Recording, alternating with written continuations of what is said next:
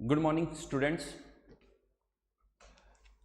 आज मुझे Charles Darwin का एक स्टेटमेंट जो है वो याद आता है। आई थिंक आप लोगों ने भी उस स्टेटमेंट को सुना होगा, लेकिन इस टाइम पर उस स्टेटमेंट को सुन के मुझे कह सकते हो कि कुछ एनर्जी मिलती है। वो स्टेटमेंट मैं आप सबके साथ शेयर करना चाहूँगा।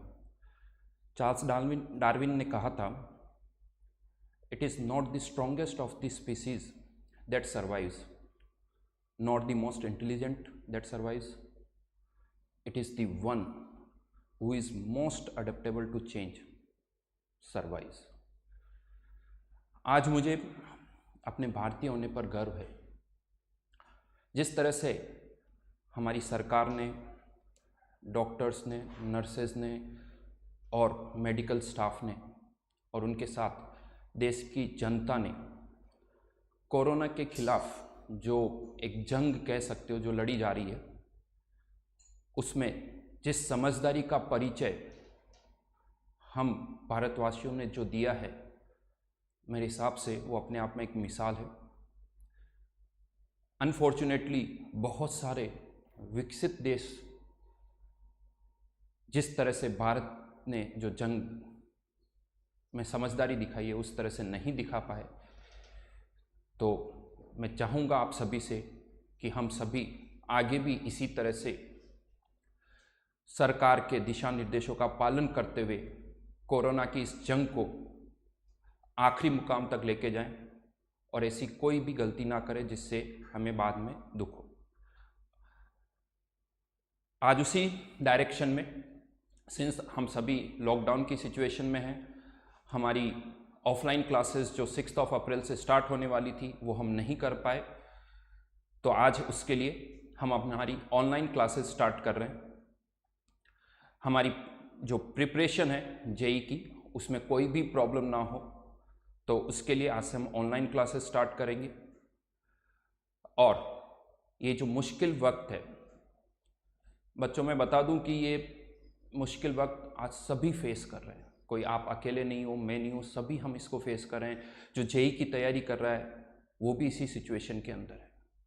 हमें इस सिचुएशन के अंदर अपने आप को इस तरह से चेंज करना है ताकि हम अपना बेस्ट आउटपुट दे सकें।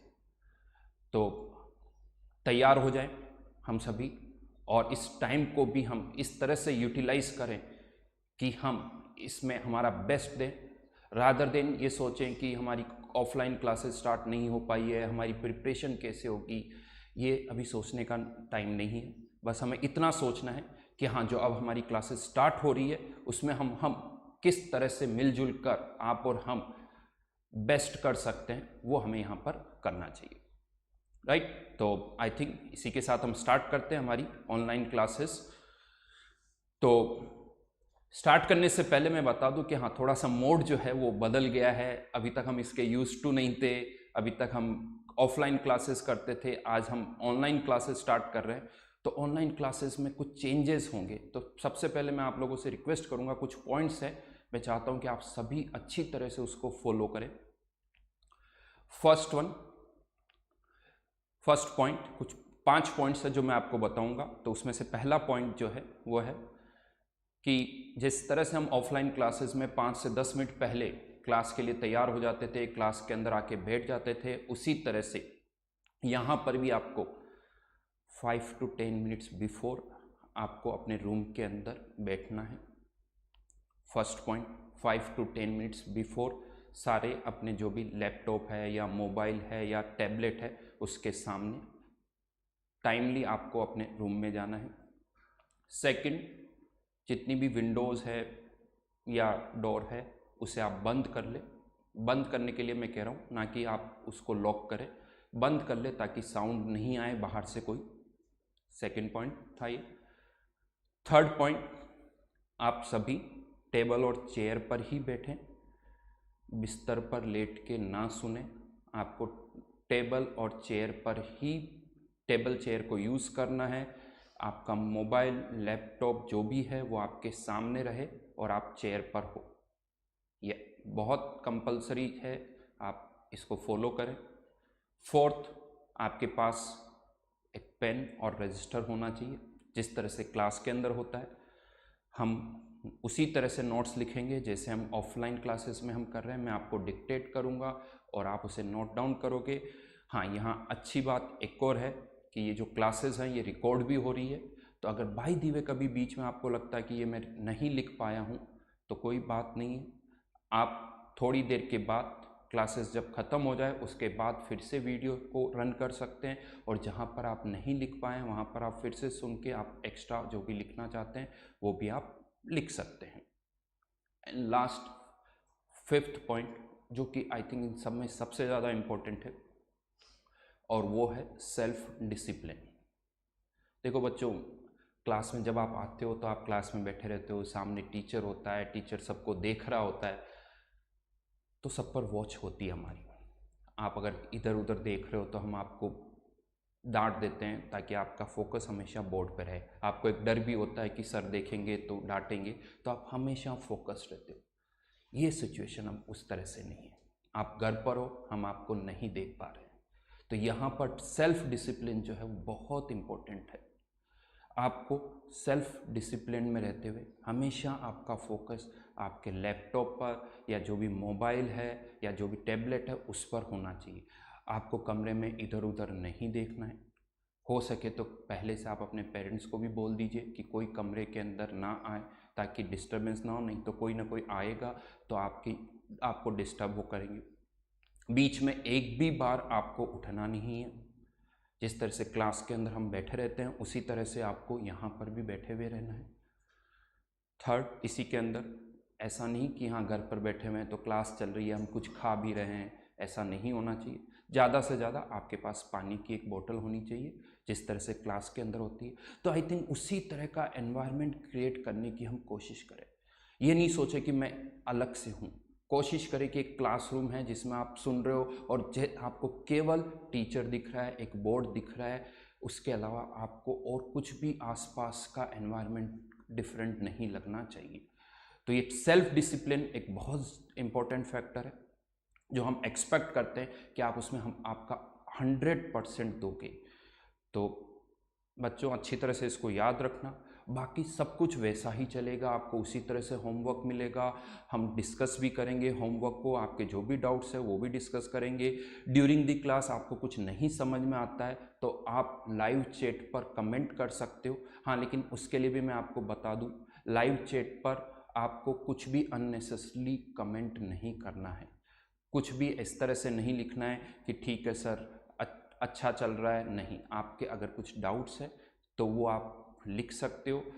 कुछ बीच में मैं ब्रेक लूँगा, उसमें मैं आपके कमेंट्स देख के अगर मुझे लगेगा कि नहीं ये चीज़ मुझे वापस से एक्सप्लेन करनी तो मैं आज एक्सप्लेन करूँगा, या ऐसा हो सकता है कि अगर मैं आज वापस एक्सप्लेन नहीं कर पाया हूँ तो कोई प्रॉब्लम नहीं, नेक्स्ट क्लास के अंदर मैं उस चीज़ को वापस एक्सप्लेन करूँगा। तो डरने की घबराने की कोई बात नहीं है। नया प्लेटफॉर्म है, धीरे धीरे 2-3 दिन के अंदर कुछ लेक्चर्स के बाद हम इसके भी यूज टू हो जाएंगे और फुल एफिशिएंसी से हम हमारा काम करेंगे। राइट? तो तैयार है हम सभी? तो स्टार्ट करें। यस, तो रेडी? ओके, तो बात करते हैं हम फिजिकल केमिस्ट्री की। फिजिकल केमिस्ट्री का नया टॉपिक हम आज से स्टार्ट करने जा रहे थे। जो अभी हमारा एक टॉपिक चल रहा था सॉलिड स्टेट, वो कंप्लीट है, उसमें कुछ डिस्कशन वाला पार्ट बाकी है। बट सिंस आज हमारी फर्स्ट क्लास है तो मैं नए टॉपिक से स्टार्ट करने जा रहा हूं और वो है थर्मोडायनेमिक्स।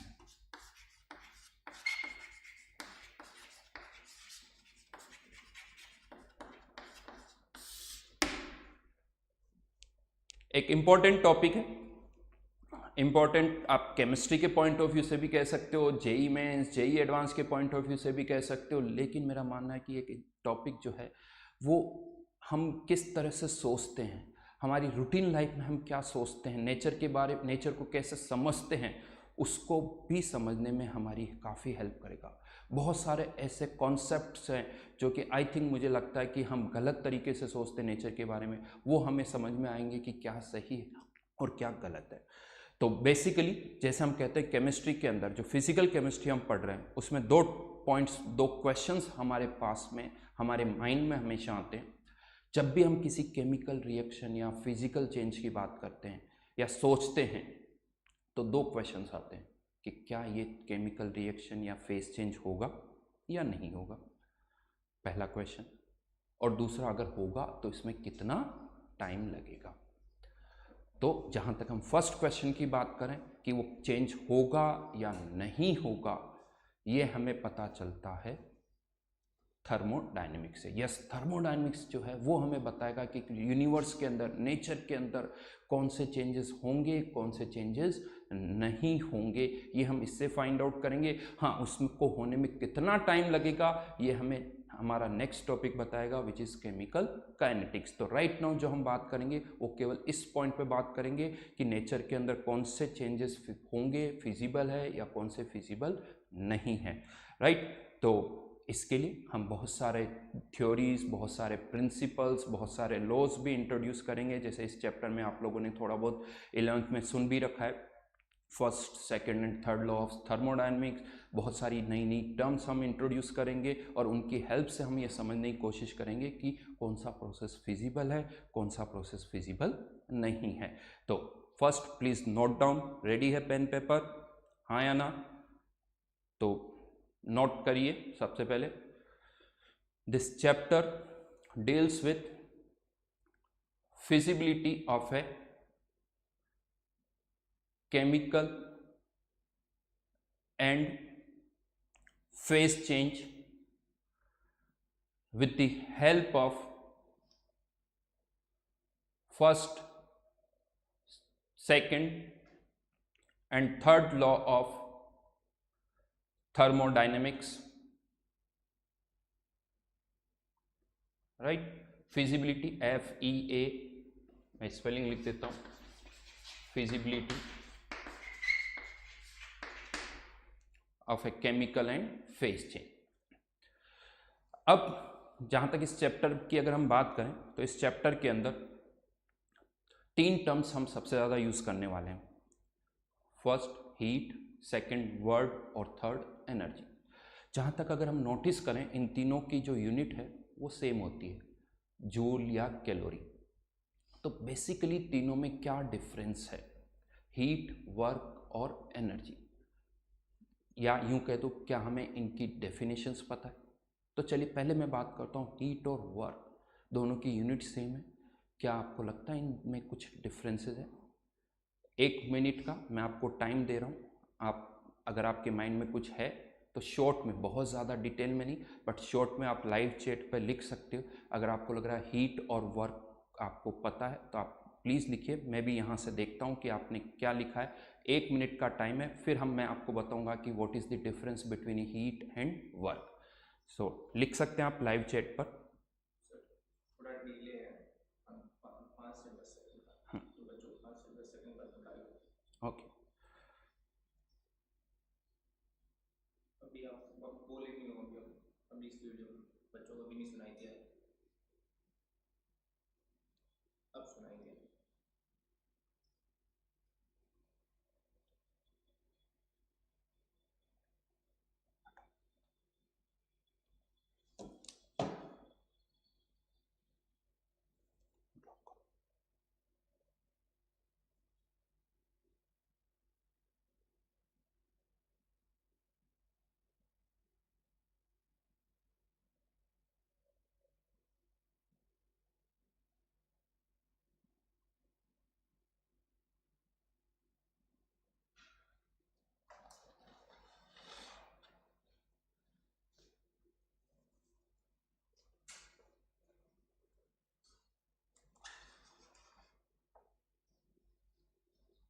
चेक कर नहीं सर, चेक इसमें पढ़ लिया।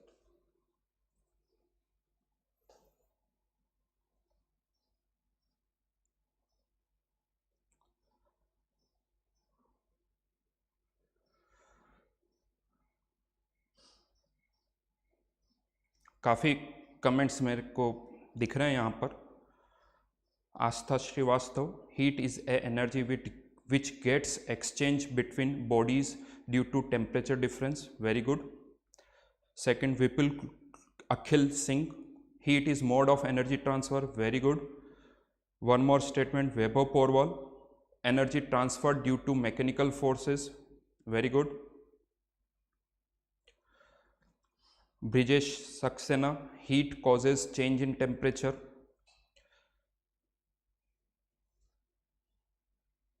आवाज़ कम आ रही है, चलिए कोशिश करता हूँ कि आवाज़ आप तक पहुँचे। ठीक है आवाज़? Heat is a form of energy and work is force into displacement. ये एक अच्छा ये जवाब जो है इसी पे बात करते हैं। क्या वर्क एनर्जी नहीं है? वर्क की यूनिट भी वही जूल होती है, तो आई थिंक वो भी एक एनर्जी तो है ही है। Heat is a scalar quantity.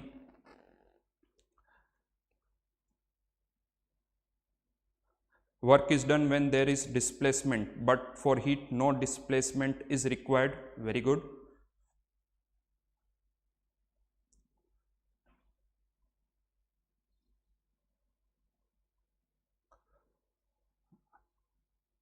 कुछ कुछ जगह से कमेंट्स आ रहे हैं कुछ कि वॉल्यूम कम है, तो मुझे लगता है कि हमारे एंड पर हम भी वापस सुन रहे हैं, तो वॉल्यूम आ रहा है। थोड़ा सा आप अपने फ़ोन की वॉल्यूम बढ़ाइए, या जो भी फ़ोन है या लैपटॉप है उसको थोड़ा पास में करिए।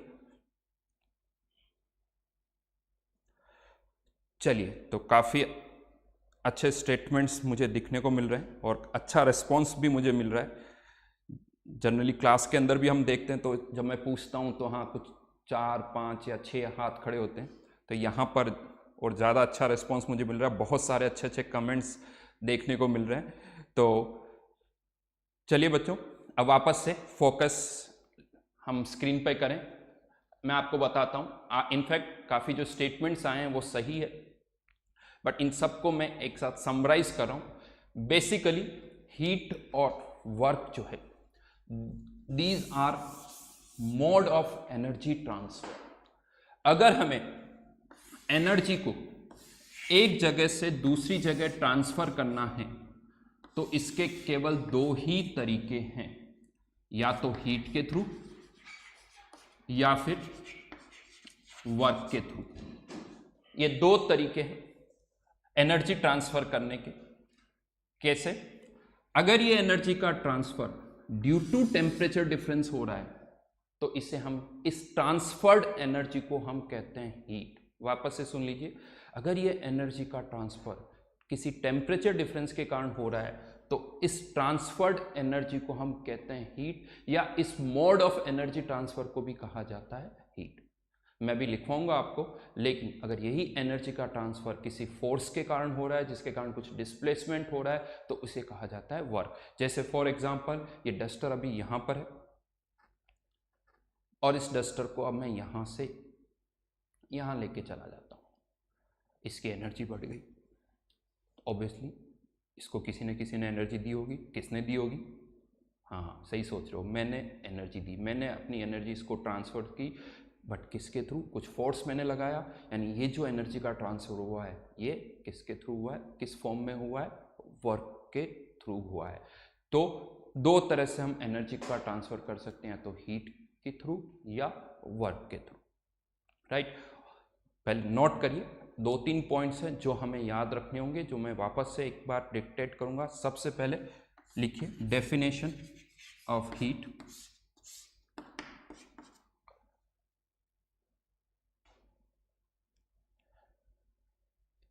It is the energy transfer due to temperature difference. Due to temperature difference,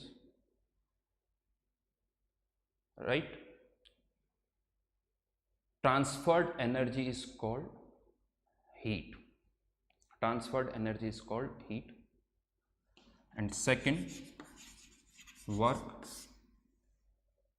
If energy transfer is due to some force multiplied by displacement, then it is called work. Right? तो यानी किसी temperature difference के कारण हो रहा है तो उसे हम कहते हैं हीट, और किसी फोर्स के कारण हो रहा है तो उसे हम कहते हैं वर्क। यस, थोड़ा सा आपको लग रहा होगा, कंफ्यूज हो रहे हो, तो ये मोड ऑफ एनर्जी ट्रांसफर भी हम इसे बोलते हैं, और जो ट्रांसफर्ड एनर्जी होती है उससे हम कहते हैं हीट और या फिर वर्क। हाँ, लेकिन मैं आपको बता दूं, यहाँ पर इवन एक और सेंटेंस हम यूज करते हैं, ये जो ट्रांसफर्ड एनर्जी, इसी को आप हीट या वर्क कहते हो। या इसके लिए हम एक और स्टेटमेंट बोल सकते हैं, energy in transit mode, energy in transit mode is called either heat और वर्क। मतलब क्या हुआ इसका, किसी भी सिस्टम के अंदर हम कहते हैं एनर्जी होती है, इस सिस्टम के अंदर ना तो कोई हीट होती है ना कोई वर्क होता है, सिस्टम के अंदर केवल एनर्जी होती है। हाँ, जो एनर्जी यहाँ से यहाँ ट्रांसफर हो रही है, तो इस ट्रांजिट मोड में जो एनर्जी, उसे हम कह सकते हैं हीट या वर्क। सपोज करिए 50 किलो जूल हीट हम ट्रांसफर कर रहे हैं यहाँ से यहाँ तक, तो ऐसा नहीं कि यहाँ पर जाने के बाद आप कहोगे कि अब इसके अंदर 50 किलो जूल हीट है, नहीं, इसके अंदर क्या है, एनर्जी है।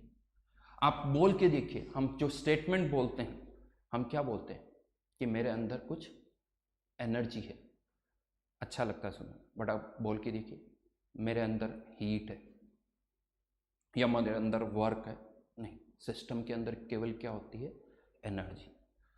एनर्जी इन ट्रांजिट मोड, जो ट्रांजिट मोड में एनर्जी है उसे हम क्या बोल सकते हैं, हीट, या फिर उसे हम क्या बोल सकते हैं, वर्क।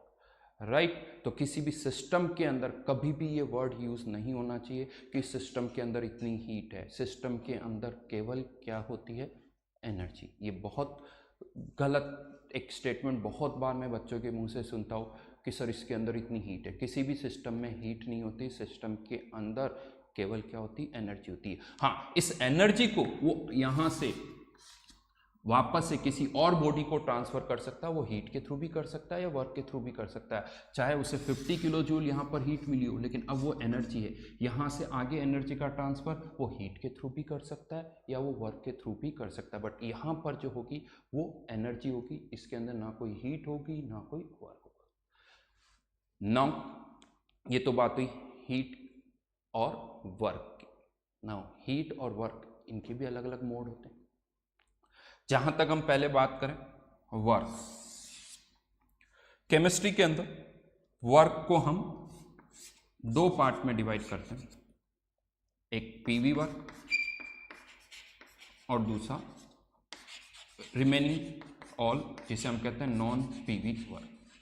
अगेन ये बहुत इंपॉर्टेंट क्लासिफिकेशन है फिजिकल केमिस्ट्री में कह सकते हो थर्मोडायनेमिक्स के हिसाब से। पीवी वर्क का क्या मतलब हुआ, एक कंटेनर के अंदर लेट से कोई पिस्टन लगा हुआ है और वो पिस्टन मूव कर रहा है, या तो अपवर्ड्स या डाउनवर्ड मूव कर रहा है, यानी वॉल्यूम चेंज हो रहा है, तो इस तरह के वर्क को हम कहते हैं PV work, pressure volume work. यानी पीवी वर्क होने के लिए कह सकते हो आप कि वॉल्यूम चेंज होना बहुत ज़रूरी है। अगर कोई ऐसा कंटेनर है जिसका वॉल्यूम चेंज नहीं हो सकता, तो उसका पीवी वर्क जो होगा वो 0 होगा। राइट।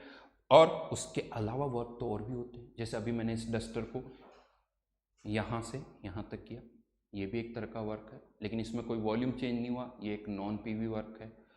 इवन जब एक वायर के अंदर करंट फ्लो करती है, यानी इलेक्ट्रॉन्स मूव करते हैं, तो उन इलेक्ट्रॉन पर भी फोर्स लगता है, वहाँ पर भी कुछ वर्क हो रहा है, जिसे हम इलेक्ट्रिक वर्क कहते हैं, वो भी एक तरह का वर्क है, लेकिन वो भी एक नॉन पीवी वर्क है। तो यहाँ पर पीवी वर्क यानी कंटेनर के अंदर पिस्टन मूव कर रहा है, तो वो पीवी वर्क होगा। रिमेनिंग सभी वर्क को हम क्या बोलेंगे, नॉन पीवी वर्क। अगर एग्जांपल्स की मैं बात करूं तो नॉन पीवी वर्क के एग्जांपल इलेक्ट्रिकल वर्क या फिर ग्रेविटेशनल वर्क, ये कुछ एग्जांपल्स हैं जिन्हें आप कह सकते हो कि ये नॉन पीवी वर्क है। लेकिन इस चैप्टर के अंदर मैं आपको बता दूं, हम मेनली जो बात करेंगे वो पीवी वर्क की करेंगे।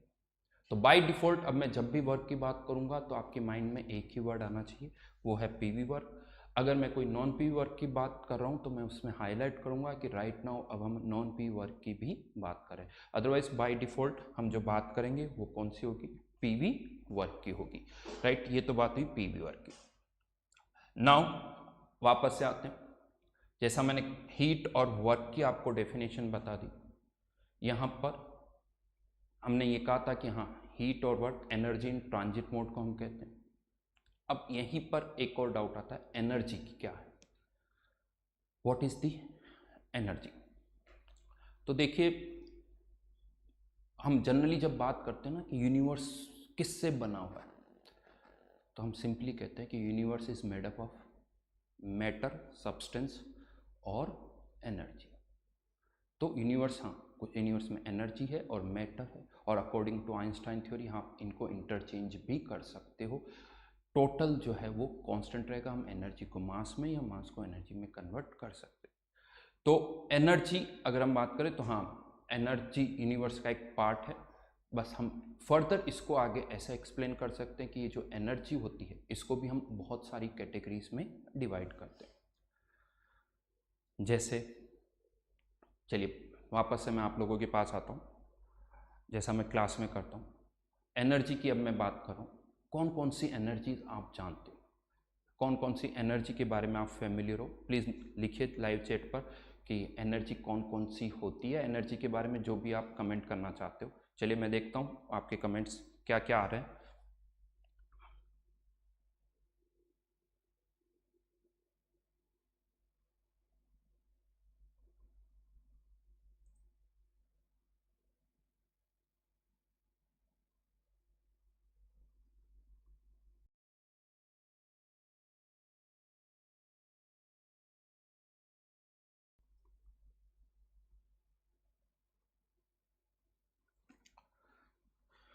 एक स्टेटमेंट आया आशीष कुमार सिंह का कि an expanding balloon going up in the atmosphere क्या होगा। तो देखिए, तो दोनों ही हैं, आप मिक्स कर रहे हो, वॉल्यूम भी चेंज हो रहा है, ऊपर भी जा रहा है, तो पीवी वर्क भी है और नॉन पीवी वर्क भी है। और ऐसा नहीं कि हाँ मैंने बोला कि दो तरह के वर्क होते हैं तो या तो ये होगा या ये होगा, ऐसा नहीं है। ये दो कैटेगरीज है, दोनों एक साथ भी हो सकते हैं, दोनों में से कोई एक भी हो सकता है। Very good. Radiant energy, heat energy, work heat only, kinetic energy, potential energy, mechanical energy, nuclear energy,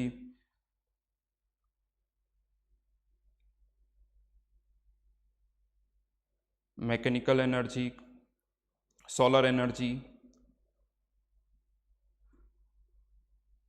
thermal energy,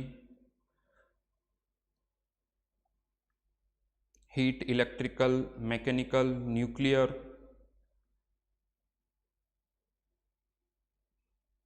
chemical energy, gravitational energy. तो यहाँ पर बहुत सारे टर्म्स आपने डिफाइन किए हैं, लेकिन मैं आपको बता दूं, अगर हमने ये दो वर्ड्स यूज़ कर लिए, kinetic energy and potential energy, तो ये जो बाकी के जितने भी आप टर्म्स यूज़ करो इनकी कोई ज़रूरत नहीं, बिकॉज जितनी भी एनर्जी या तो वो काइनेटिक होगी या फिर पोटेंशियल होगी। किसी भी फोर्स के कारण अगर कोई एनर्जी है तो वो सारी एनर्जी हम क्या बोलते हैं, पोटेंशियल एनर्जी। और मूवमेंट के कारण जो भी एनर्जी होती है उसे हम कहते हैं काइनेटिक एनर्जी, चाहे वो रोटेशनल मूवमेंट हो या ट्रांसलेशनल मूवमेंट हो या फिर वाइब्रेशनल हो। तो मूवमेंट के कारण जो भी एनर्जी है that is kinetic energy, force के कारण जो भी एनर्जी है वो है पोटेंशियल एनर्जी। तो ये दो कैटेगरीज है। अब यहाँ पर मैं आपको देखना चाहूँ, कुछ कुछ स्टेटमेंट्स मुझे मिले, जैसे हीट एनर्जी। अब हमने एनर्जी के आगे एक एडजेक्टिव और लगा दिया हीट, तो क्या लगता है हीट अलग है, एनर्जी अलग है, और हीट एनर्जी एक अलग वर्ड? नहीं, हीट अलग वर्ड है, एनर्जी एक अलग वर्ड है। आपको इनको ऐड करने की कोई ज़रूरत नहीं है। आप सोचो इसका क्या मीनिंग निकलेगा। तो थर्मोडायनेमिक्स के अंदर ये छोटी छोटी टर्म्स को हमें बहुत क्लियरली यूज़ करना होगा, तभी ये चैप्टर जो है वो हमें समझ में आएगा। तो ऐसी कोई टर्म नहीं है। हाँ, बाकी और भी बहुत सारी टर्म्स आई है, चाहे वो केमिकल एनर्जी हो। केमिकल एनर्जी क्या होता है, एक रिएक्शन हो रही है जिसमें या तो एनर्जी निकलती है या एब्जॉर्ब होती है, रिएक्शन एक्सोथर्मिक होती है, एंडोथर्मिक होती है, तो वो भी एक तरह की, या तो मोस्टली वैसे वो पोटेंशियल एनर्जी होती है, क्योंकि बॉन्ड टूटते हैं, बॉन्ड बनते हैं, उसमें एनर्जी रिलीज होती है, वो एक तरह की पोटेंशियल एनर्जी होती है। एक और वर्ड आया थर्मल एनर्जी, क्योंकि हम टेम्परेचर चेंज करते हैं तो काइनेटिक एनर्जी चेंज होती है, एनर्जी चेंज होती है, तो उसी को हमने एक को नाम क्या दे दिया, थर्मल एनर्जी। तो इस चैप्टर के अंदर नेक्स्ट टाइम जब भी मैं आपसे कहूँ एनर्जी, तो आपके माइंड में ये जितने भी स्टेटमेंट्स है, थर्मल, इलेक्ट्रिकल, मैकेनिकल, ये कुछ भी नहीं आना चाहिए, कि दो ही स्टेटमेंट आपके माइंड में आने चाहिए, which is kinetic and potential energy. यानी एनर्जी के ये दो टाइप है, kinetic and potential energy. Energy due to movement, movement के कारण जो एनर्जी है that is kinetic energy. Force के कारण जो एनर्जी है वो है पोटेंशियल एनर्जी। नाउ यहाँ पर अभी हम और इन टर्म्स को समझेंगे, काइनेटिक और पोटेंशियल को, लेकिन उससे पहले एक छोटा सा पार्ट और आता है जो अगेन और कंफ्यूज करता है हमें बहुतों को। मैंने 3 टर्म्स को एक्सप्लेन कर दिया आपको, हीट, वर्क और एनर्जी। एक और क्वेश्चन आता है, ये जो लाइट है ये क्या है? लाइट को आप क्या कहते हो? ये एनर्जी है या वर्क है या हीट है? अगेन नोट लिखिए, देखें कि लाइट की अगर मैं बात करूं,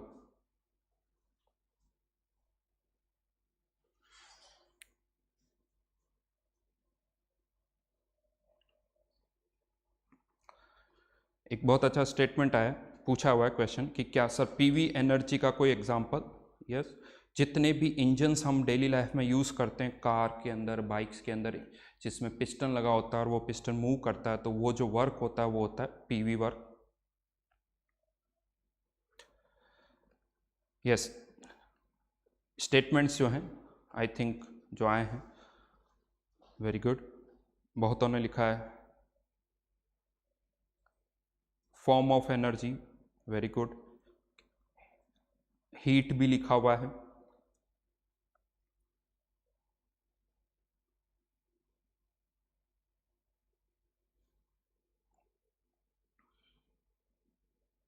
एक स्टेटमेंट आया, light is a wave of heat and energy, light is form of energy. तो right, light is a form of energy, ये तो सही बात है, बट क्या लाइट को मैं हीट बोल सकता हूँ? ये सुन के थोड़ा अजीब सा लगता है बोलते कि लाइट कैसे? यस, हीट ट्रांसफ़र होने के भी 3 तरीके, हम सबको पता है। हीट एक जगह से दूसरी जगह जब हीट ट्रांसफ़र होती है तो उसके 3 तरीके होते हैं, कंडक्शन, कन्वेक्शन और रेडिएशन। ये लाइट क्या है? लाइट जो सन से हमें मिल रही है या ट्यूबलाइट से, बल्ब से जो लाइट हमारे पास आ रही है, ये क्या है सब? Radiations, electromagnetic radiation. ये भी हीट यानी एनर्जी ट्रांसफ़र करने का एक तरीका है जिसको हम क्या कहते हैं? हीट। तो यस, लाइट जो है उसे भी आप क्या बोल सकते हो? हीट बोल सकते हो। एनर्जी तो है ये, but it is transfer of energy due to temperature difference, right? तो याद रखना इसको। तो वापस से हम आते हैं एनर्जी की। एनर्जी के लिए मैंने आपसे कहा था कि एनर्जी की 2 फॉर्म होती, kinetic energy and potential energy. अब बात करते हैं काइनेटिक और पोटेंशियल एनर्जी की। अब एक बेसिक प्रॉब्लम क्या आती, जनरली जब हम बात करते हैं केमिस्ट्री के अंदर, तो हाँ, हम ये तो बोल देते हैं कि सिस्टम की एनर्जी बढ़ रही है, सिस्टम की एनर्जी कम हो रही है। लेकिन अगर हम केवल ये सोचें कि सिस्टम की एनर्जी बढ़ रही है, कम हो रही है, तो इससे हमारे कॉन्सेप्ट क्लियर नहीं होंगे। जब भी अगर हम ये बोलते हैं कि सिस्टम की एनर्जी बढ़ रही है या कम हो रही है, तो हमें ये भी पता चलना चाहिए कि वो एनर्जी, कौन सी एनर्जी बढ़ रही है, काइनेटिक या पोटेंशियल। अगर कम हो रही है तो कौन सी एनर्जी कम हो रही है, काइनेटिक कम हो रही है या पोटेंशियल एनर्जी कम हो रही है, ये हमें पता होना चाहिए। अब यहाँ पर एक बहुत ही, कह सकता हूँ कि कॉमन जो प्रॉब्लम होती है, क्वेश्चन मैं यहाँ पर पुट कर रहा हूँ, लिसन इट वेरी केयरफुली, और इसका जो मैं जवाब दे रहा हूँ वो हो सकता है कि आप लोगों को बहुत अजीब सा लगे, लेकिन पहले क्वेश्चन पुट करता हूँ। लेट्स से मेरे पास वाटर H2O, 100 डिग्री सेल्सियस पर मेरे पास H2O लिक्विड भी है, और इसको मैंने कन्वर्ट कर दिया 100 डिग्री गैस में, H2O गैस। टेम्परेचर वही है 100 डिग्री सेल्सियस, यहाँ पर भी टेम्परेचर 100 डिग्री सेल्सियस है। क्वेश्चन अब मेरा यहाँ पर ये है कि यहाँ पर क्वांटिटी वही है, कुछ भी आप क्वांटिटी ले सकते हो, 1 किलोग्राम, यहाँ पे भी 1 किलोग्राम है, क्वांटिटी में हमने कोई चेंज नहीं किया है। किसकी काइनेटिक एनर्जी ज़्यादा होगी, H2O लिक्विड की या H2O गैस की? कमेंट कर सकते हो आप वापस से व्हाट्सएप यानी लाइव चैट पर, किसकी काइनेटिक एनर्जी ज़्यादा होगी? यस, एक स्टेटमेंट आया है, स्टीम। स्टीम बोलिए, H2O गैस बोलिए या वेपर्स बोलिए, कोई डिफरेंस नहीं है, तीनों में से आप कोई भी वर्ड यूज़ कर सकते हो।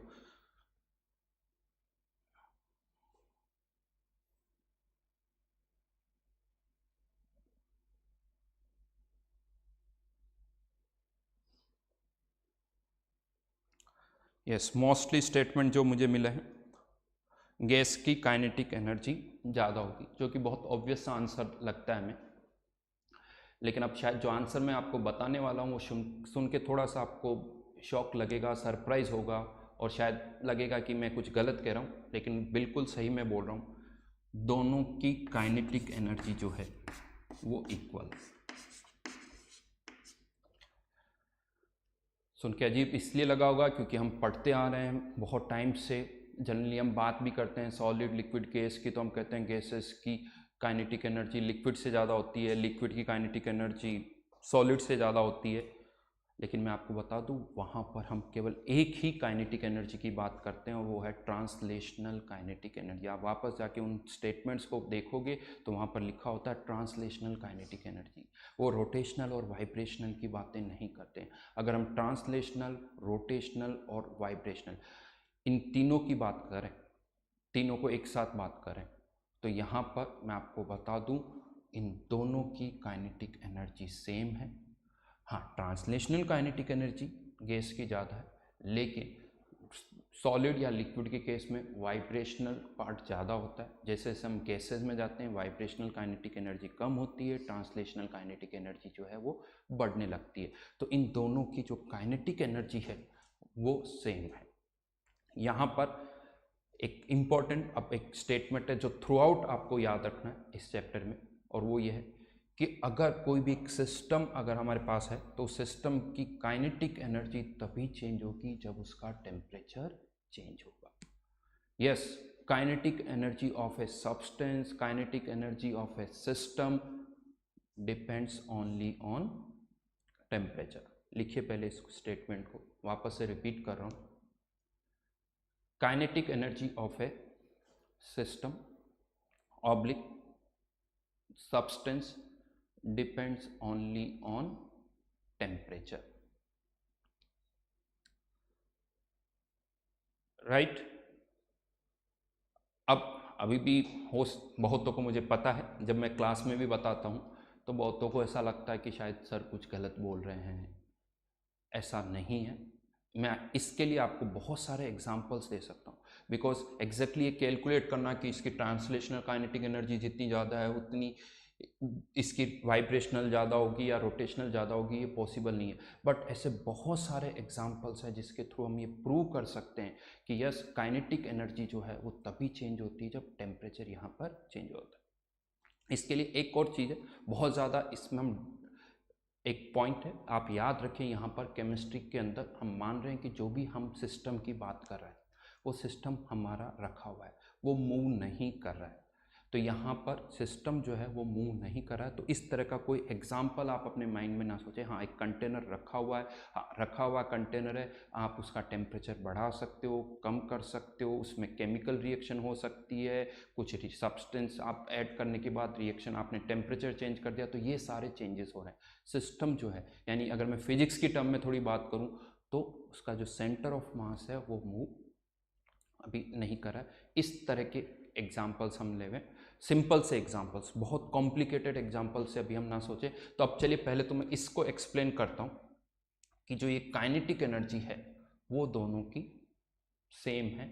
ये हम कैसे जस्टिफाई कर सकते हैं, इस पॉइंट को पहले समझते हैं। उसके लिए मैं कुछ एग्जाम्पल्स यहाँ पर यूज़ कर रहा हूँ। छोटे छोटे से एग्जाम्पल्स हैं, अगर आप थोड़े से रिकॉल करोगे तो जैसे इवन पीरियोडिक प्रॉपर्टीज़ के अंदर, पीरियोडिक प्रॉपर्टीज़ में आपने बॉर्न हेबर्ट साइकिल भी डिस्कस किया हुआ है। बॉर्न हेबर्ट साइकिल के अंदर जैसे एक एग्जांपल में ले रहा हूँ, H2 कन्वर्टिंग इनटू 2H। ये एक रिएक्शन है और हम सबको पता है कि इस बॉन्ड को तोड़ने के लिए हमें कुछ एनर्जी देनी पड़ती है, और इसे हम कहते हैं हाइड्रोजन हाइड्रोजन बॉन्ड एनर्जी। इस तरह से हम टर्म यूज़ करते हैं ना। ये कितनी होगी, तो इसके लिए हम कहते हैं कि इस रिएक्शन को, एक कंटेनर के अंदर H2 है, इस बॉन्ड को तोड़ने के लिए जो भी एनर्जी हम यहाँ पर देंगे उसे हम कह देते हैं कि वो HH की बॉन्ड एनर्जी है, जो भी आप एनर्जी दे रहे हो। हाँ, यहाँ पर ये जो डेटा होता है हम मानते हैं कि इसके अंदर टेम्परेचर कांस्टेंट है, जो भी टेम्परेचर हो सकता है, लेट्स से 300 केल्विन। कोई भी बॉन्ड एनर्जी का डेटा जो आप लिखते हो उसमें टेम्परेचर जो है वो फिक्स्ड होता है।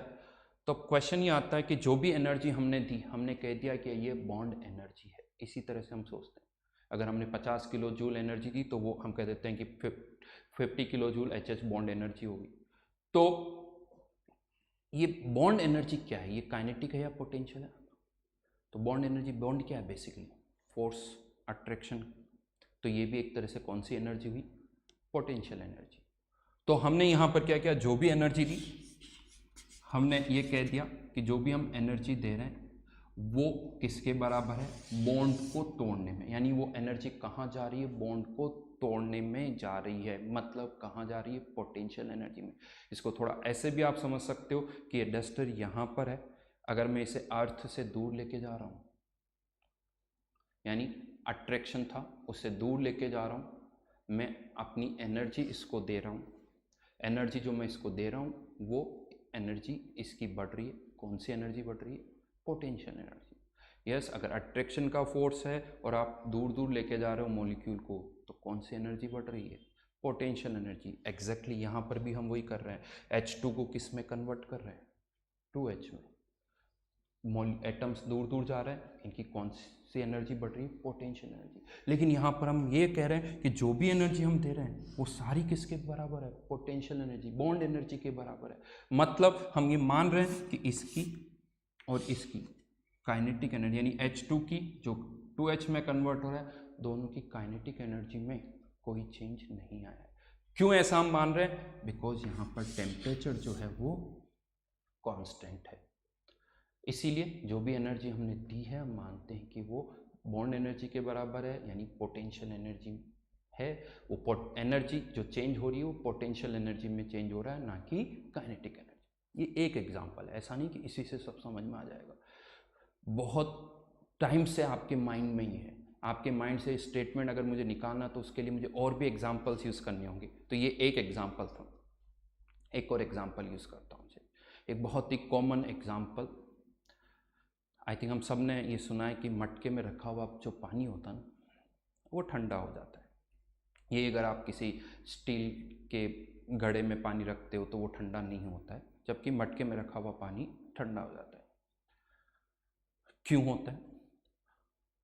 तो आई थिंक कह सकते हो कि बहुतों को इसका एक्सप्लेनेशन पता है कि पानी इवोपोरेट होता है तो वो एनर्जी ले जाता है।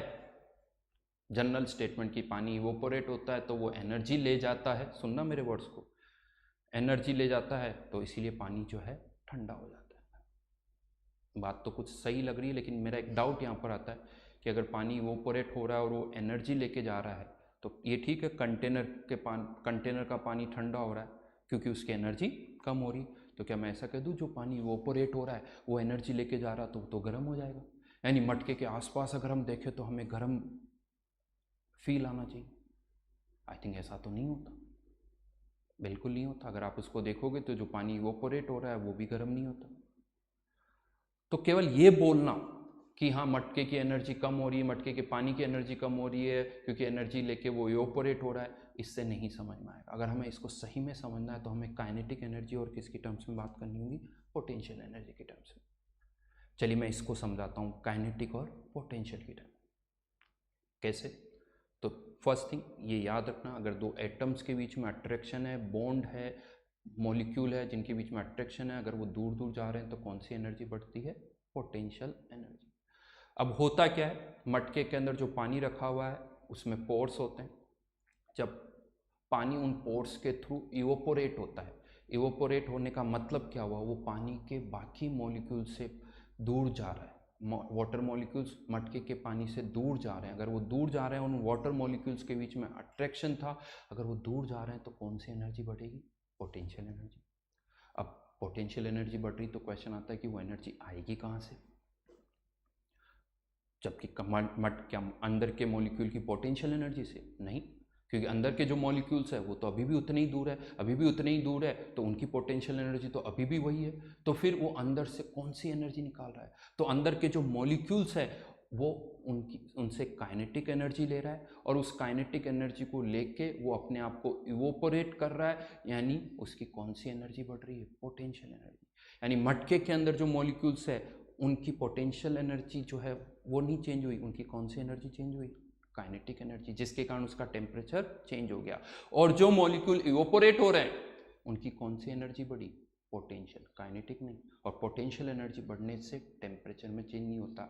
टेम्परेचर कब चेंज होता है? जब काइनेटिक एनर्जी चेंज होती है। तो जो मॉलिक्यूल इवोपोरेट हो रहा है उसकी पोटेंशियल एनर्जी बढ़ रही है, काइनेटिक एनर्जी नहीं बढ़ रही, तो उसका टेम्परेचर नहीं चेंज होगा। लेकिन मटके के अंदर जो पानी रखा हुआ है उसकी काइनेटिक एनर्जी कम होगी। तो यहाँ पर मैं आपको यस ये बता दूं कि ये जो मैंने क्वेश्चन पूछा था, यस इनकी काइनेटिक एनर्जी दोनों की मैंने बराबर कहा है, पोटेंशियल नहीं कहा है। डेफिनेटली ये जो वाटर इवोपोरेट हुआ है इसकी पोटेंशियल एनर्जी जो है वो इससे ज़्यादा होगी। और टोटल एनर्जी की बात करें तो यस वाटर वेपर की टोटल एनर्जी जो है वो H2O लिक्विड से ज़्यादा होगी। तो यहाँ पर अगर आपको इसको सही सही एक्सप्लेन करना है तो काइनेटिक और पोटेंशियल की टर्म में करिए, नहीं तो हम फंस जाएंगे। जैसा मैंने आपसे कहा था ना, फंस कहाँ जाएंगे कि पानी जो इवोपोरेट हो रहा है वो गर्म होना चाहिए, तो नहीं। अगर आप काइनेटिक और पोटेंशियल की टर्म में बात करोगे तो आपको बहुत अच्छी तरह से ये बात समझ में आएगी कि जो पानी इवोपोरेट हो रहा है वो गर्म नहीं होगा। और एग्जाम्पल्स है अभी तक, तो चिंता मत करिए, बहुत सारे एग्जाम्पल्स हैं। मुझे पता है कि बहुत इंपॉर्टेंट क्वेश्चन है और बहुतों को अभी भी लग रहा होगा कि यार पानी वेपर की काइनेटिक एनर्जी ज़्यादा होनी चाहिए। चलिए एक और एग्जांपल देता हूँ। अब एक ऐसा एग्जांपल दे रहा हूँ जो आप सब लोग बहुत आसानी से चेक कर सकते हो, खुद फील कर सकते हैं। कैसे? तो चलिए करके देखते हैं। जनरली जब हम फूंक मारते हैं ना, तो दो तरह से आप फूंक मार सकते हो। एक तरीका पूरा मुंह ओपन करके, मैं कैमरे के सामने आपको दिखा रहा हूँ कैसे।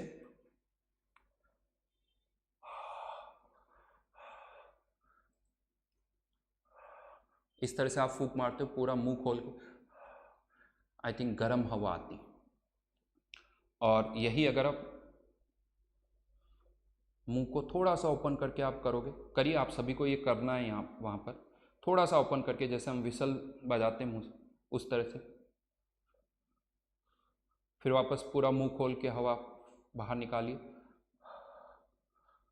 आई थिंक आप नोटिस कर सकते हो कि दोनों में अच्छा खासा टेम्परेचर का डिफरेंस है। कैसे? ये टेम्परेचर डिफरेंस कैसे आया? आई थिंक सभी ने नोटिस किया होगा, राइट? तो क्यों ऐसा हुआ? चलिए अब मैं आपको समझाता हूँ इसी चीज़ को कि क्यों ये डिफरेंस यहाँ पर आ रहा है। तो जब हम पूरा मुंह ओपन करके एयर बाहर निकाल रहे हैं तो हमारे जो एयर मॉलिक्यूल्स है, हमारी बॉडी का जो टेम्परेचर है वो आउटसाइड टेम्परेचर से ज़्यादा होता है। तो जब वो हवा बाहर निकल रही है तो सिंस बॉडी का टेम्परेचर ज़्यादा है, तो जो अंदर से हवा बाहर आ रही है उसका टेम्परेचर भी ज़्यादा है। और जब फ्यूअर होता है तो हमारा टेम्परेचर और ज़्यादा हो जाता है। तो इस तरह से जब हम हवा बाहर निकालते तो और ज़्यादा गर्म हमें फील करती। लेकिन जब हम मुंह को थोड़ा सा ओपन करके हवा बाहर निकाल रहे हैं तो होता क्या है, जब यहाँ से एक स्मॉल ओपनिंग है, उससे जैसे ही हवा बाहर निकलती है, एयर बाहर निकलती है, तो सिंस स्मॉल ओपनिंग है वो कंप्रेस्ड होती है, और जैसे ही वो बाहर निकलती तो वो एक्सपेंड करती। अब वो एक्सपेंड कर रही है यानी मॉलिक्यूल्स एक दूसरे से दूर जा रहे हैं। मॉलिक्यूल्स दूर जा रहे हैं तो उनकी पोटेंशियल एनर्जी बढ़ रही है। अब क्वेश्चन आएगा एनर्जी कहाँ से आएगी? मॉलिक्यूल एनर्जी कहाँ से ला रहे हैं? तो ये मॉलिक्यूल जो कि दूर दूर जा रहे हैं, ये अपनी काइनेटिक एनर्जी को कम करके उसको किस में कन्वर्ट कर रहे हैं? पोटेंशियल एनर्जी में। तो इस जो एयर बाहर निकल रही है उसकी पोटेंशियल एनर्जी तो बढ़ रही है, लेकिन काइनेटिक एनर्जी कम हो रही है, और काइनेटिक एनर्जी कम होने से उसका टेम्परेचर भी कम हो रहा है। तो एक परफेक्ट एग्जाम्पल है काइनेटिक, यहाँ से आप रिलेट कर सकते हो, और ऐसा एग्जाम्पल है जिसे आप खुद फील कर सकते हो। और मैं आपको बता दूँ, ये इसी कॉन्सेप्ट पर हमारे एसीज जो हैं, रेफ्रिजरेटर जो है, वो इसी कॉन्सेप्ट पर वर्क करते हैं। आप सबने सुना होगा, कोई भी जो एसी होता है या रेफ्रिजरेटर होता है उसके अंदर एक कंप्रेसर होता है। सबसे जो मेन पार्ट होता है एसी का या रेफ्रिजरेटर का वो होता है कंप्रेसर। वो कंप्रेसर भी यही करता है। वो क्या करता है, एयर को पहले, उसके अंदर गैस होती है, हम सब ने सुना है, वो उसको कंप्रेस करता है, और कंप्रेस करने के बाद एक नोजल के थ्रू एक पाइप होता है लंबा सा, उसमें उस कंप्रेस्ड गैस को रिलीज़ किया जाता है, और जैसे ही वो गैस रिलीज़ होती है, एक्सपेंड होती है, तो उसकी पोटेंशियल एनर्जी बढ़ती है। अब पोटेंशियल एनर्जी बढ़ती है तो एनर्जी चाहिए, वो कहाँ से आएगी? तो वो जो पाइप के अंदर गैस है, वो पाइप के सराउंडिंग में जो एयर है उससे एनर्जी लेती है, उससे काइनेटिक एनर्जी लेती है। तो जो सराउंडिंग की एयर है उसकी काइनेटिक एनर्जी कम हो जाती है, जिसके कारण उसका टेम्परेचर जो है वो कम हो जाता है, टेम्परेचर कम हो जाता है और हमें ठंडी हवा मिलती है। तो जितने भी एसी, रेफ्रिजरेटर है, ये इसी कॉन्सेप्ट पे वर्क करता है। तो यहाँ पर भी फिर से मैं ही कहूँगा कि अगर आपको इसको सही सही एक्सप्लेन करना है तो किसके थ्रू आप कर पाओगे? काइनेटिक एनर्जी और पोटेंशियल एनर्जी के थ्रू। तो यहाँ पर उसी पॉइंट को मैं प्रूव कर रहा हूँ अभी भी कि यस, अगर किसी भी सिस्टम का टेम्परेचर सेम है तो उसकी काइनेटिक एनर्जी भी सेम होगी। आगे चल के ऐसे बहुत सारे और भी एग्जांपल्स हैं जो मैं आपको बता सकता हूँ। चलिए एक एग्जांपल और लेता हूँ, इसी में लास्ट एग्जांपल है। दो आजकल तो खैर अभी तो कुछ भी देखने को नहीं मिलता, लेकिन हाँ, हम सबको पता है कि एक टाइम था जब हम मटका कुल्फ़ी देखते थे। मटका कुल्फ़ी जो है, एक मटके के अंदर कुल्फ़ी आती थी, आई थिंक आपने से बहुतों ने खाई होगी। तो उसी की बात करते हैं। आपने कभी, शायद आपको पता हो या ना हो, जो मटका कुल्फ़ी बनाता है ना, वो पता क्या करता है? डिब्बियों के अंदर पहले वही दूध डालता है, उसको बंद कर देता है, और बंद करने के बाद उसको एक मटके में डाल दिया जाता है, और उस मटके के अंदर बहुत सारा आइस हम डाल देते हैं, और आइस के साथ साथ उसमें सॉल्ट यानी नमक भी डाला जाता है। अब एक फैक्ट है जो आगे हम और समझेंगे शायद, लेकिन वो आपको पता है कि अगर हमें आइस को जल्दी से मेल्ट करना है तो उसमें क्या डाल देना चाहिए? सॉल्ट। जैसे आई थिंक आपने सुना होगा कि जब स्नोफॉल होता है ना, तो जब रोड पर जो स्नो होती है उसको हटाने के लिए भी आइस डाला जाता है, जिससे वो आइस जल्दी मेल्ट कर जाती है। ये फैक्ट है, इसके भी अपने रीजंस है जो कि हम बाद में डिस्कस करेंगे। लेकिन हाँ, ये एक फैक्ट याद रखना कि आइस को अगर हमें मेल्ट करना है तो हम सॉल्ट डाल के उसको मेल्ट कर सकते हैं। तो अब यहाँ पर एक क्वेश्चन आता है कि वो जो मटके वाला है, ठीक है, उसने डिब्बिया डाली आइसक्रीम की, उसके अंदर आइस डाला, समझ में आ रहा है कि आइस ठंडा होता है जिसके कारण वो फ्रीज हो जाए, लेकिन डाउट ये आता है कि वो उसके अंदर सॉल्ट क्यों डाल रहा है? क्योंकि सॉल्ट डालने से तो जो आइस है वो मेल्ट कर जाएगा। तो इससे अच्छा, और मेल्ट ही करना है तो डायरेक्ट पानी डाल दे, सॉल्ट डालने की तो कोई ज़रूरत नहीं है। तो कह सकते हो आप, सर शायद उसको पता ही नहीं होगा कि ऐसा भी होता है, उसने थोड़ी फिजिकल केमिस्ट्री पढ़ी है, थर्मोडाइनमिक्स पढ़ी है या मेरे से पढ़ा है, लेकिन उसे बहुत कुछ पता है। क्यों ऐसा करता है वो अब मैं आपको समझाता हूँ, लेकिन फिर से अगर इसको समझना है तो हमें काइनेटिक एनर्जी और पोटेंशियल एनर्जी की बात करनी होगी, बिना इसके हम इसको नहीं समझ सकते। लॉजिक क्या है वो मैं बताता हूँ। देखिए, आइस डाला उसने, आइस का अपना कोई टेम्परेचर होगा, हो सकता है -2 डिग्री, -3 डिग्री, जो भी है टेम्परेचर, और मान लेते हैं कंटेंट थोड़ी देर के बाद जो भी मटका है उसका टेम्परेचर भी -2 या 3 डिग्री हो गया, और धीरे धीरे उस पर जो आइसक्रीम है वो फ्रीज़ भी होगी। लेकिन अगर टेम्परेचर और कम हो जाए तो आइसक्रीम जल्दी फ्रीज़ हो जाएगी। बट अब और टेम्परेचर कैसे कम किया जाए, और कैसे हम टेम्परेचर को कम करें? तो उसका तरीका है सॉल्ट। क्या होता है, जब हम सॉल्ट डालते हैं तो सॉल्ट डालने से आइस जो है वो मेल्ट होती है, और आइस जब मेल्ट होती है तो मॉलिक्यूल्स, वाटर मॉलिक्यूल्स दूर दूर जाएंगे, और वाटर मॉलिक्यूल्स जब दूर दूर जाएंगे तो उसकी पोटेंशियल एनर्जी बढ़ती है। सॉलिड मेल्ट कर रहा है, उसकी पोटेंशियल एनर्जी बढ़ेगी। अगेन क्वेश्चन आता है कि मटका तो बंद है, वो एनर्जी कहाँ से आएगी? वो एनर्जी कहाँ से आएगी? तो वापस से वही, वो जो आइस के मॉलिक्यूल है, आइस वाटर मॉलिक्यूल्स है, तो उनकी पोटेंशियल एनर्जी बढ़ रही है। वो एनर्जी कहाँ से आएगी? तो अंदर में जो पानी के मॉलिक्यूल है, जो आइसक्रीम है, उसी की काइनेटिक एनर्जी से। तो जितना ज़्यादा आइस मेल्ट होगा, अंदर की काइनेटिक एनर्जी उतनी ही कम होगी, टेम्परेचर उतना ही कम हो जाएगा। तो अगर आपने जो आइस डाला, लेट्स से वो -4 डिग्री सेल्सियस पे था, लेकिन अगर आपने सॉल्ट डाल दिया और वो आइस जब मेल्ट करेगा तो धीरे धीरे मटके के अंदर का टेम्परेचर -10, -12, -15 इतना भी आप कम कर सकते हो। यानी जिस टेम्परेचर का आपने आइस डाला था उससे भी और ज़्यादा आप कम कर सकते हो। यानी जितना ज़्यादा आइस मेल्ट होगा टेम्परेचर उतना ही कम होगा, और जितना टेम्परेचर कम होगा जो फ्रीजिंग प्रोसेस है वो उतना ही फास्ट हो जाएगा। यस, ये भी एक तरीका है। अगर आप इस रूम के अंदर, आप जिस रूम में हो, आप चाहते हो कि उसका बिना एसी के आप उसका टेम्परेचर बाहर के टेम्परेचर से कम कर दो, एक सिंपल सा तरीका मैं बताता हूँ, और वो तरीका है एक बड़ा सा आइस का स्लेब रखो और उस पर सॉल्ट डाल दो, धीरे धीरे आइस वो मेल्ट करेगा, रूम की एयर जो है वो ठंडी होती जाएगी, रूम की एयर धीरे धीरे ठंडी होती जाएगी। रीज़न वही, आइस मेल्ट कर रहा है, पोटेंशियल एनर्जी बढ़ रही है, तो वो रूम की एयर से काइनेटिक एनर्जी लेगा, जिसके कारण रूम की एयर की काइनेटिक एनर्जी कम हो जाएगी, और काइनेटिक एनर्जी कम होने से उसका टेम्परेचर कम हो जाएगा। तो आई थिंक ये कुछ ऐसे एग्जाम्पल्स है जिससे मैं ये प्रूव कर पा रहा हूँ, और आप सब लोग मेरे साथ एग्री भी करोगे कि यस, काइनेटिक एनर्जी और टेम्परेचर एक दूसरे से डायरेक्टली रिलेटेड है। तो हमें ये चीज़ अच्छी तरह से अब माइंड में रखनी है कि काइनेटिक एनर्जी जो है it depends only on temperature, ये केवल टेम्परेचर पर ही डिपेंड करती है। तो आज बेसिकली अगर हम इसको, क्योंकि ये 1 आवर का ही लेक्चर है हमारा, तो अगर हम इसको वापस से देखें तो मेनली मैंने आपको 3 टर्म्स को एक्सप्लेन करने की कोशिश की है, हीट, वर्क एंड एनर्जी। इनके बारे में मैंने आपको थोड़ा बताया। देखिए, जो थर्मोडायनेमिक्स चैप्टर है ये थोड़ा सा अलग है, जो बाकी फिजिकल केमिस्ट्री के चैप्टर है ये थ्योरेटिकल भी है, साथ साथ में मैथमेटिकल भी है। इसके अंदर बहुत सारी छोटी छोटी टर्म्स को हमें अच्छी तरह से समझना होगा, तभी जाके हम इस चैप्टर को समझ पाएंगे। हमारी लैंग्वेज, हमारे वर्ड्स बहुत क्लियर होना चाहिए। कोई भी ऐसा वर्ड हम यूज़ ना करें जिसका हमें मतलब नहीं पता हो। जैसे अभी मैंने आपको बताया, एनर्जी क्या सोचना है वो पता होना चाहिए, हीट क्या सोचना है वो पता होना चाहिए, वर्क क्या सोचना है वो पता होना चाहिए। तो हम कुछ भी नया वर्ड अगर आपके माइंड में आता है तो वो आप अगेन यहाँ पर हम यहाँ पर एक टेलीग्राम पे ग्रुप भी बनाएंगे। उस टेलीग्राम ग्रुप में आज के लेक्चर के अगर आपको और भी कुछ डाउट्स हैं तो आप उस ग्रुप में उनको पोस्ट कर देंगे, और पोस्ट करने के बाद आपके इस लेक्चर से रिलेटेड, जैसे यहाँ पर आप लेक्चर ख़त्म होने के बाद डाउट्स पूछते हो, वो फैसिलिटी भी ऑन है। वो आप टेलीग्राम ग्रुप के थ्रू आप अपने जितने भी डाउट्स हैं वो उसमें पोस्ट कर सकते हैं।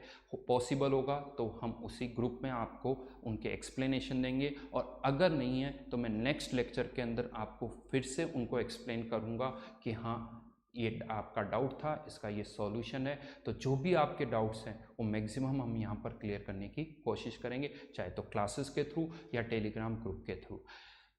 बच्चों, इसके अलावा मैं आपको बता दूं, आपको उसी तरह से शीट्स भी मिलेगी, जो भी स्टडी मटेरियल है वो आपको मिलेगा। आपको ठीक है सॉफ्ट फॉर्म में मिलेगा, आप उसका प्रिंट आउट निकाल के सॉल्व कर सकते हो।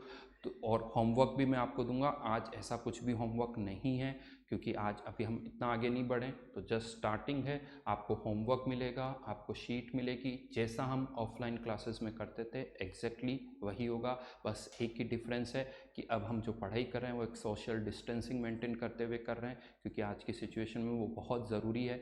तो फिर से मैं यही कहूँगा लास्ट में, जो चार्ल्स डार्विन ने कहा था कि जो जितना इस सिचुएशन को जल्दी से अडेप्ट करेगा, he will be the winner, वो ही विनर होगा। तो हमें ये नहीं सोचना है कि हम कहाँ फंस गए, क्या हो गया, हमें इससे कोई मतलब नहीं, भूल जाइए उन सब बातों को। ये सोचिए कि हमारी क्लासेस स्टार्ट हो चुकी है, हमें केवल अब पढ़ना है, हमें बाकी बातों से अभी मतलब नहीं है। हाँ, लेकिन साथ में ये अच्छी तरह से याद रखना है कि कोरोना से अगर हमें बचना है तो हमें सेफ़ रहना होगा, घर पर रहना होगा।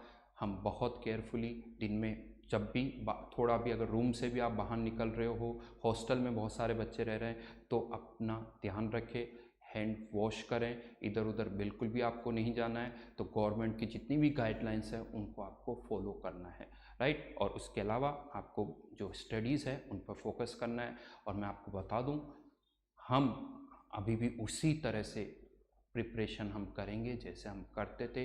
कोई भी प्रॉब्लम नहीं आएगी, कोई भी, ठीक है चेंजेस हुए हैं, 3-4 दिन के अंदर आप यूज्ड टू हो जाओगे और आपको ऐसा नहीं लगेगा कि हमारी स्टडीज़ में कुछ भी प्रॉब्लम आ रही है। तो थैंक यू, आगे बढ़ते हैं। ओके।